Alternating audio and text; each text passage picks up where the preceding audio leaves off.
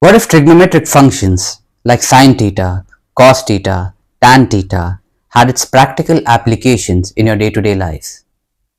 In fact, you might be surrounded by these functions. It's just that you don't know about them.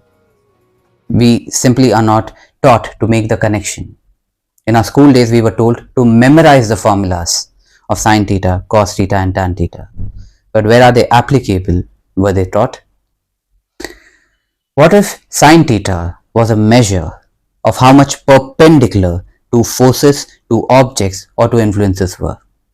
And that sine theta makes its presence in every situation wherever two forces or two objects or two influences are such that they produce the maximum net impact when acting perpendicular to each other. For example, at what angle do you think a car should crash into a wall in order to produce maximum impact?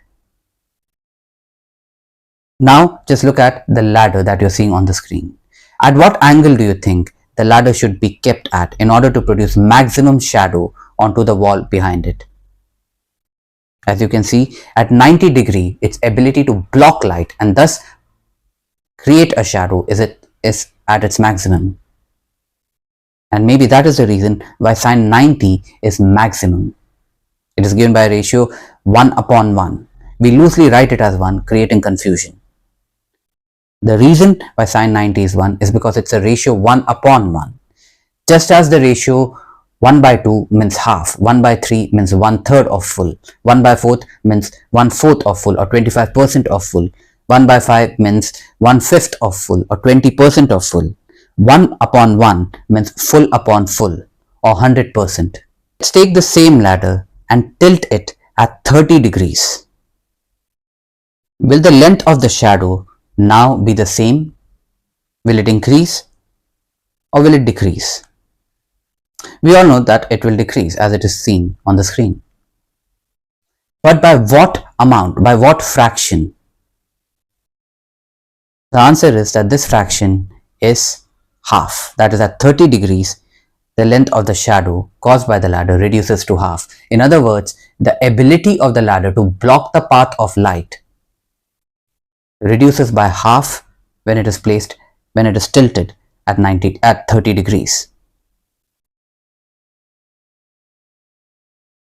In other words, the ability of the ladder to block the path of light reduces by half at 30 degrees as compared to at 90 degrees. In other words, the ability of the ladder to block the path of light reduces to half at 30 degrees as compared to at 90 degrees. And this is the reason why sine 30 is always and always half. Because we are speaking of those situations when two forces and two influences are such that they produce maximum impact when at 90 degrees. Now these two forces or two influences, when they start acting at 30 degrees, all of a sudden their net impact reduces to half of what it was at 90 degrees.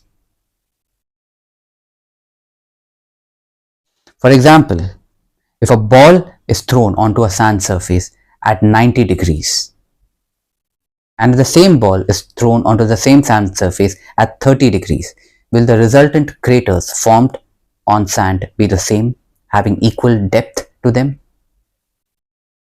Or will the craters be different? So let's say at 90 degrees, when the ball is thrown with respect to the sand surface at the seashore, for example, the depth of the crater formed is 1 inch. Now the same ball, when it is thrown at 30 degrees with respect to the sand surface, how much do you think will be the depth of the crater? The answer is it will reduce by half. So this crater will be half an inch deep.